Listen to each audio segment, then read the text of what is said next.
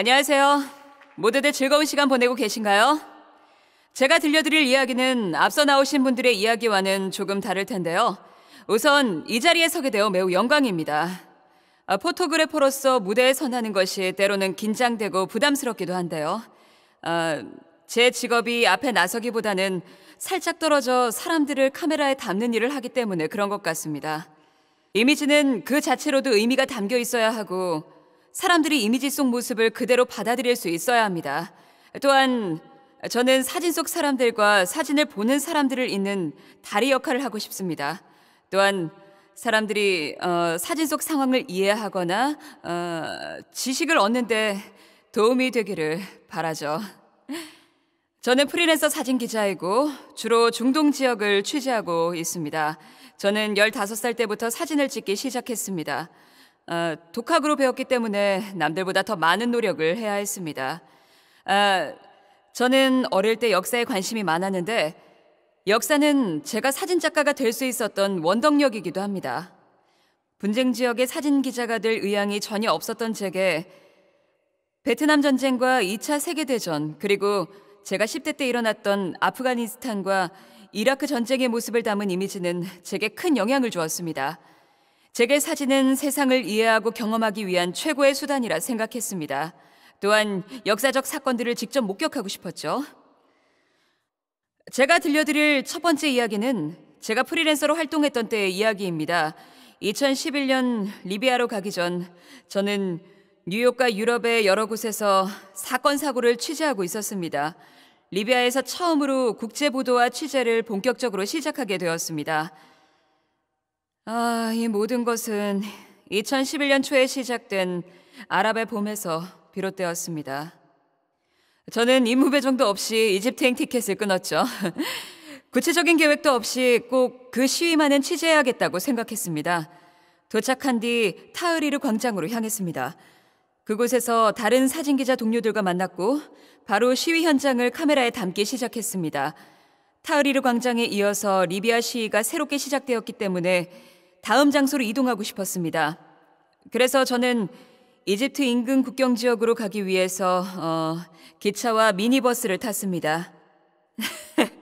이번에도 아무런 구체적인 계획 없이 무작정 가게 된 것이죠. 다행스럽게도 좋은 사람들을 많이 만나게 됐고 많은 분들이 저를 도와주셨습니다. 2011년 전까지 리비아는 무아마르 카다피라는 잔혹한 독재자 치하의 국가였습니다. 1969년 정권을 잡은 그는 수많은 정적들을 살해하고 정계에서 내몰면서 철권 통치의 광인이 되어갔습니다. 카다피는 평화롭던 시민사회와 국가의 각종 기관까지 파괴했습니다. 이처럼 40년 동안 리비아 국민은 독재 정권 치하에 살았습니다. 그러다가 2011년 처음으로 리비아인들이 자유롭게 비판에 나서게 된 거죠. 매우 중추적이고 역사적인 순간이었습니다. 우리들 중 대부분은 이러한 일을 상상조차 하기 힘듭니다. 자유를 혹독하게 억압당한 경험이 없으니까요. 저는 정부의 통제에서 벗어나게 된 리비아 동부에 있는 도시인 벵가지에 도착했고 도착하자마자 지금 사진으로 보고 계신 이 공공기도 집회를 목격하게 되었습니다. 사람들은 처음으로 자유를 경험하고 있었죠. 모두들 자유의지로 거리로 나와 시위를 벌였고 카다피의 독재를 비판했습니다. 그때 제 정신이 번쩍 들었습니다.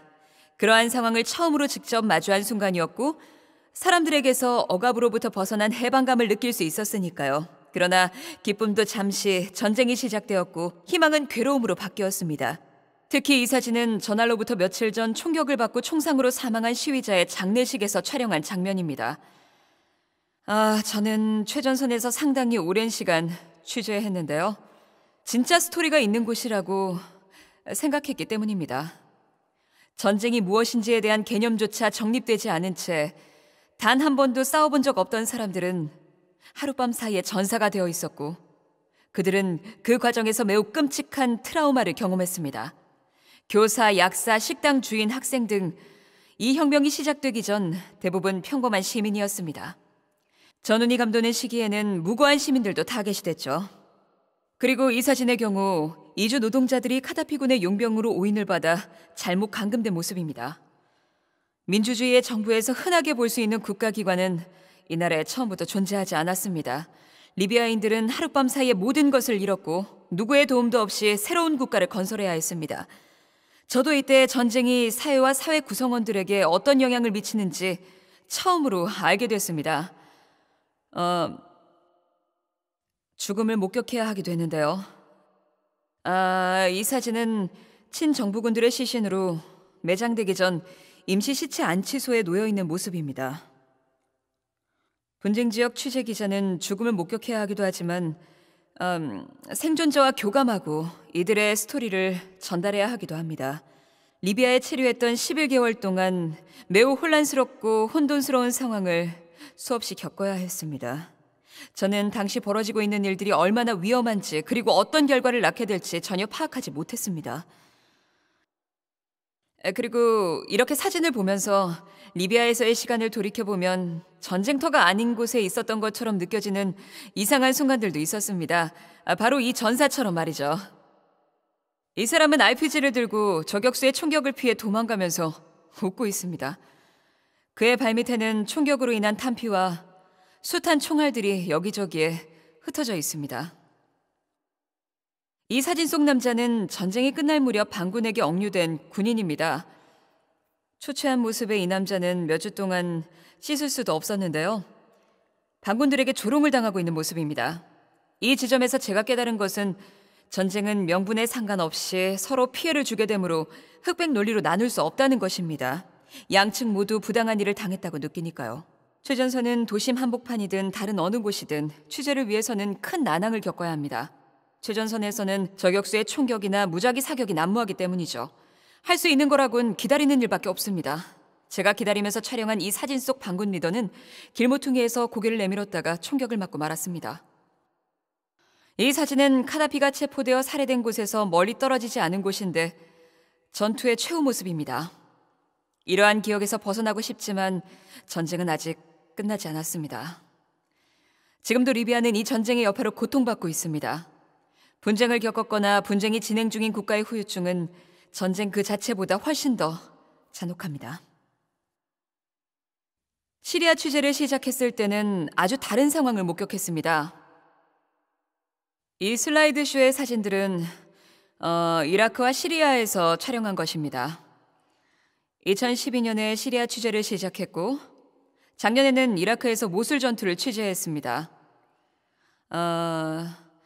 이 사진들을 보면 우리가 흔히 생각하는 전쟁에 대한 모습보다 더 처참합니다. 하지만 이것이 현실입니다. 이게 바로 전쟁의 본질이고요. 전 주로 가장 취약하다고 볼 수 있는 민간인에 초점을 맞춰 취재했습니다. 이라크와 시리아는 분명 다른 분쟁을 겪고 있지만 사람들에게 끼친 영향은 똑같습니다. 분쟁은 늘 처참한 결과를 낳기 마련이죠. 어린아이들은 학교를 다닐 수 없게 되고 마땅히 누려야 할 행복한 유년 시절까지 앗아갑니다. 평화롭던 삶을 파괴하고 폭력은 일상화되죠. 전쟁의 현실은 서서히 광기로 변모하게 됩니다. 각 사진의 실제 상황이 어땠는지 구체적으로 설명하지는 않겠습니다. 하지만 이 사진을 통해 전쟁의 실상을 조금이나마 엿보실 수 있을 겁니다. 그리고 잠시 후에 보여드릴 정적인 사진과 비교해 보시기 바랍니다. 그리고 오늘 이 자리에서 이미지를 소비하는 방식에 대해 이야기해 보려고 합니다. 오늘날 이미지를 이용하고 보고 공감하는 방식은 그 어느 때보다 우리 삶과 더 밀접하게 연관되어 있습니다. 소셜미디어를 비롯한 다양한 곳에서 이미지를 흔히 접할 수 있는 요즘, 사람들은 이런 이미지를 봤을 때 충격을 받기보다는 하나의 사진으로만 생각할 수 있습니다. 우리의 시각 언어는 진화해 왔고 사진을 찍고 공유하는 것이 마치 제2의 천성처럼 습관이 됐습니다. 우리는 흔히 셀카나 음식, 휴가 또는 가족 사진을 공유하죠. 휴대전화에 카메라가 장착되기 시작하면서 정말 다양한 방식으로 사진이 공유되고 있습니다. 그런데 전 포토 저널리즘, 즉 보도 사진도 이 사진이라는 광범위한 범주에 포함하는 게 맞는지 생각해 봅니다. 매일 18억 장의 사진이 웹사이트와 소셜미디어 플랫폼에 업로드됩니다. 이처럼 홍수처럼 쏟아지는 이미지 속에서 포토 저널리즘 또는 보도 사진이 어떻게 사람들에게 세상을 알리는데 여전히 중요한 역할을 하고 있을까요? 예를 들어 사진 기자인 제가 시민 저널리스트 또는 카메라가 달린 휴대전화를 든 일반인들과 구분이 될까요? 글쎄요. 아마도 아닐 겁니다. 겉으로 봤을 때 아무런 차이가 없을 겁니다. 카메라는 단순히 도구에 불과하죠. 그렇지만 사진 기자는 사건에 대한 진실을 확인해야 하며 수집한 정보로 무엇을 해야 할지 알고 있어야 합니다. 그리고 저는 사진을 편집할 때 사진 기자로서 엄수해야 하는 윤리적 지침을 되새깁니다. 사진을 편집할 때 센서에 묻은 먼지와 같은 결점은 제거할 수 있지만 그 외에 다른 것은 지우면 안 됩니다. 딱 여기까지만 편집이 허용되죠. 반면 기술은 포토그래퍼에게 많은 도움을 주고 있습니다. 저도 라이트룸을 사용해 빠르게 사진을 편집하고 정리합니다. 가상현실이나 360도 비디오와 같은 흥미로운 신기술은 저와 같은 사진 기자들의 일을 더욱 발전시켜주고 관중과 대중의 이목을 끄는 데 도움을 줍니다. 포토 저널리즘은 오늘날 세상을 더욱 깊이 이해하는 데 여전히 중요하고 필수적인 역할을 합니다. 기술이 대중화되었지만 이와 관계없이 여전히 포토 저널리즘에는 정확성과 진정성이 요구됩니다. 지금부터 두 가지 스토리를 들려드릴 텐데요. 앞서 보여드린 이미지와는 다른 스토리입니다. 이번 이야기는 훨씬 더 정적일 겁니다. 폭발 장면이나 깊은 슬픔을 담은 것은 아니지만 마찬가지로 사회를 침식시키는 내용입니다. 흔히 겉으로 보이진 않지만 명백한 심리적 대가에 관한 것이며 충격에 대한 사람들의 회복에 관한 이야기와 끔찍한 일을 겪었던 생존자들의 삶에 대한 의지에 관한 이야기를 해보려고 합니다. 이 이야기가 여러분이 평소 생각해왔던 전쟁에 대한 관점을 바꿀 수 있기를 바랍니다. 첫 번째는 시리아의 이야기입니다. 물리적인 파괴는 비교적 적습니다. 하지만 전쟁은 많은 것을 앗아가기 마련이죠. 바로 전기입니다. 대부분의 사람들이 전기 없는 삶에 적응해야 했습니다. 알레포는 전쟁 전만 해도 시리아의 최대 도시 중 하나로 200만 이상의 인구가 살고 있었습니다.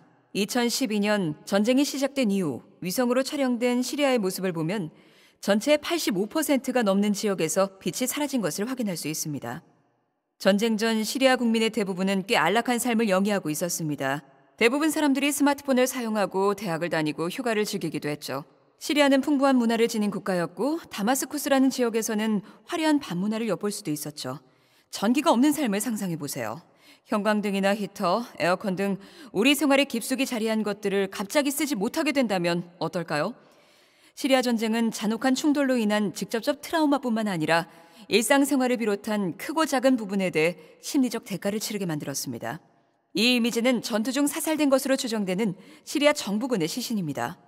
그의 시신은 묘나 매장도 없이 반군의 동네에 버려졌습니다. 길 가던 사람들이 이 죽은 이를 살피기 위해 다가가기도 합니다. 어떤 남자는 휴대전화의 플래시를 이용해 시신의 얼굴을 확인하기도 했습니다. 밤에도 폭격은 계속됩니다. 멀리 보이는 저 로켓이 내뿜는 빛은 칠흑같이 어두운 밤하늘과 완전한 대비를 이룹니다. 이 사진을 보면 몇몇 아파트만이 불이 켜져 있습니다.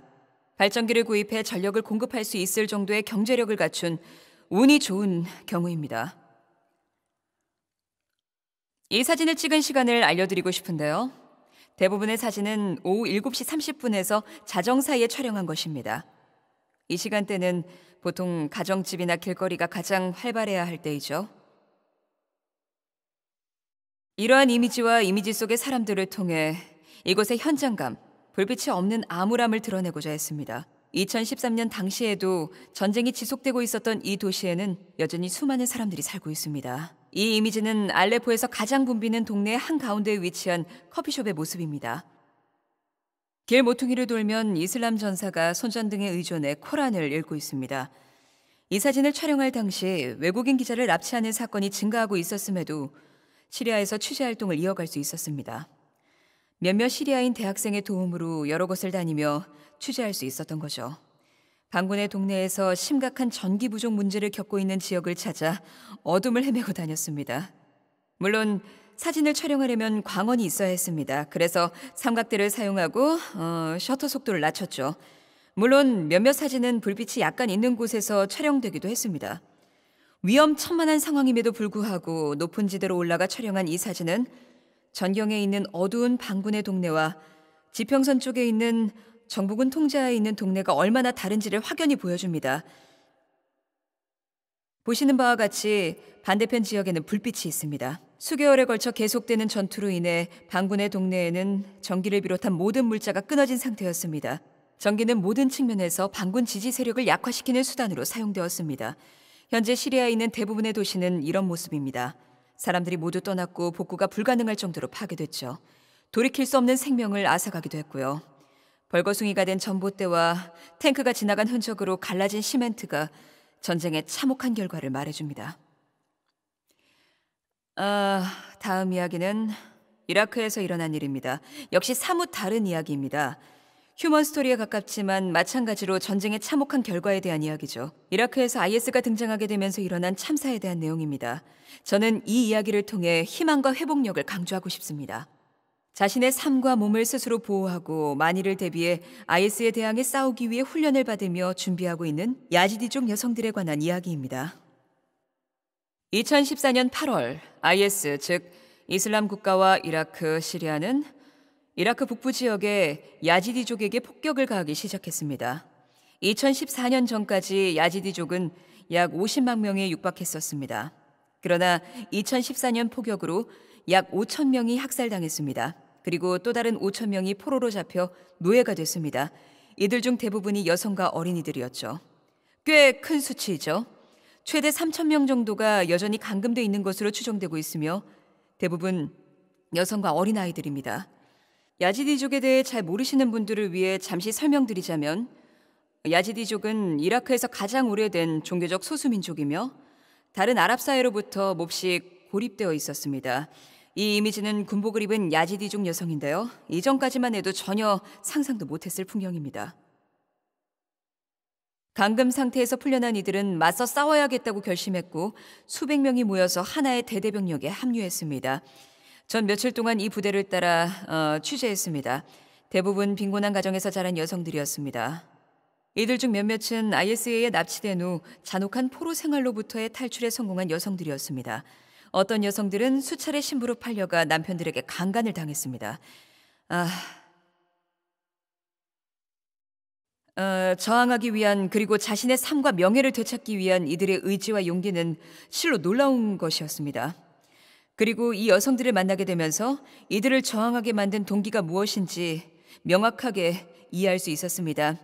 이 여성은 29살이었는데 제가 이 사진을 찍기 며칠 전에 구조되었습니다. 그래서 얼굴을 가릴 수밖에 없었죠. 두 어린 자녀와 함께 억류되어 IS 군인과 강제로 결혼해야 했고 반복적으로 강간을 당했습니다. 여성들 그리고 심지어 10살 정도의 어린 소녀들이 IS 군인들 사이에서 온라인상에서 거래되었고 어린 소녀들은 더 높은 값에 거래되기도 했습니다. IS는 이데올로기로 볼 수 있습니다. 전 인구를 강제로 이주시키거나 학살할 뿐만 아니라 종교적 소수민족을 종속시켜 노예로 만듭니다. 야지디교는 이라크 내에서도 여전히 널리 오인되고 있습니다. 이곳은 랄리시라는 곳인데 야지디교의 성지입니다. 야지디교는 여러 다양한 종교에서 파생된 종교로 수니파 이슬람교의 영향을 받았습니다. 하지만 주요 근원은 조로아스터교와 이슬람 이전의 메소포타미아 교입니다. 저는 외국인 기자 신분으로 많은 사람들에게 따뜻한 환영을 받았으며 극심한 차별로 고통받은 사람들조차 저를 따뜻하게 맞아주었습니다. 이들은 자식들에게 세례를 내리며 의식 절차를 계속하기도 했는데요. 수십만 명의 사람들이 여전히 포로 수용소에 갇혀있는 상황에서도 계속해서 자신들의 종교적 전통을 이어나갔습니다. 이러한 행위는 탄압에 대한 일종의 저항이라고 볼 수 있습니다. 기록한 다른 사진을 통해 야지디의 또 다른 성질을 보여드리고자 했었는데요. 종교적으로 금기된 것이기도 하죠. 지속적인 종교의식이라는 형식으로 이루어지는 저항에 관한 것이고 자신의 종족과 사회를 보호하기 위해 훈련받는 여성군대 창설에 관한 사진입니다. 이처럼 여성군대 창설은 야지디족의 보수성과 고립된 상황을 감안하면 상상조차 할 수 없었던 일입니다. 그들이 살아온 땅과 문화를 지키기 위한 실존주의적인 투쟁이 엿보이기도 합니다. 조상이 살아온 터전의 안전마저 불확실한 상황에서 말이죠. 이라크에서 가장 오래된 종교적 소수민족 중 하나로 자신들의 권리를 되찾으려는 의지를 시사하기도 합니다. 마지막으로 주제를 약간 바꿔서 재미있는 사진을 준비했습니다.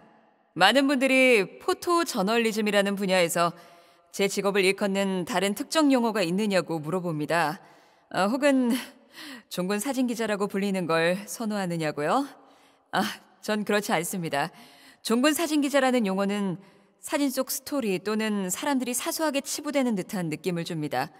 소중한 시간을 내어준 이들을 생각해 볼 때 조금 씁쓸한 기분마저 듭니다. 반면 포토그래퍼의 직업이 근사한 것처럼 들리기도 하는데 사실은 그런 이미지와는 거리가 매우 먼 직업입니다. 더럽고 악취가 풍기는 곳에서 자기도 하고 몇 주 동안 참치캔으로 끼니를 때울 때도 있죠. 최악의 화장실 경험 탑10이라는 목록을 만들기도 했습니다. 이 목록에는 야외 화장실에서 마주치는 대왕거미에 대한 공포와 아침에 볼일을 보다가 화장실에 폭격을 맞을 가능성에 대한 두려움도 포함되어 있습니다. 잘 공감이 안 가시겠지만 현장에서 진심으로 들었던 생각입니다. 이 사진에서 보시다시피 저는 다양한 교통수단을 이용합니다. 제 모험의 일부분이고 예기치 못한 고충도 있습니다. 인터넷 연결이 되는 곳을 찾아 헤매고 옥상이나 지하실, 광야에서 사진을 전송하는 방법을 찾는 등 통신을 위해 온갖 노력을 해야 하기 때문이죠. 가끔은 이 사진처럼 제가 다른 포토그래퍼들과 함께 모여 있을 때도 있는데요. 여긴 리비아였고 우리들 중 거의 대부분이 이렇게 옹기종기 모여있고 싶지 않았죠. 이 사진 속의 포토그래퍼 분들을 정말로 존경합니다. 반군이 새로 개발한 화기와 로켓을 지켜보고 있었습니다. 보시면 한 기자가 귀에 템포를 끼고 있는데요. 이날 아무도 귀마개를 챙길 생각을 안 했거든요. 이게 바로 직업의 본질입니다. 이 사진은 포토그래퍼 듀오입니다. 한 명은 제가 처음으로 포격을 받았을 때 저를 돌봐주셨던 동료분이고 다른 한 명은 리비아에서 극히 위험한 상황을 피할 수 있도록 안내해줬던 반군이었습니다. 전 저를 보호해준 수많은 분들과 저 같은 기자들과 함께 일한 현지인들에게 큰 마음의 빚을 지고 있습니다. 우리의 목숨을 그분들의 손에 맡겼고 많은 위험을 감수해 주셨거든요. 우리는 떠날 수라도 있지만 그들은 남아있어야 했죠. 이러한 사진들을 찍는 이면에서 생기는 이야기들이 무궁무진합니다. 이 일을 왜 하냐고 묻는다면 제가 가장 멋지다고 생각하는 친구인 제임스 폴리의 말로 대변하고 싶네요. 2011년 그가 리비아에서 처음으로 납치된 후 풀려났을 때 당시 인터뷰에서 왜 이 일을 하느냐는 질문에 육체적 용기도 필요했지만 도덕적 용기가 가장 컸다고 답변했습니다. 도덕적 용기가 없다면 우리에게 저널리즘은 없었을 겁니다. 제임스는 우리 모두가 사람으로서 서로에 대한 책임이 있다고 말하고자 했던 게 아닐까 하고 제 나름대로 해석하고 있습니다. 전 이미지를 통해 세상을 이해하며 이미지가 지구 반대편에 있는 사람들에게 스토리를 전달하는 가교 역할을 하길 바랍니다. 그리고 인류 공동체로서 우리 모두가 공통의 가치를 공유하는 데 일조하기를 희망합니다. 감사합니다.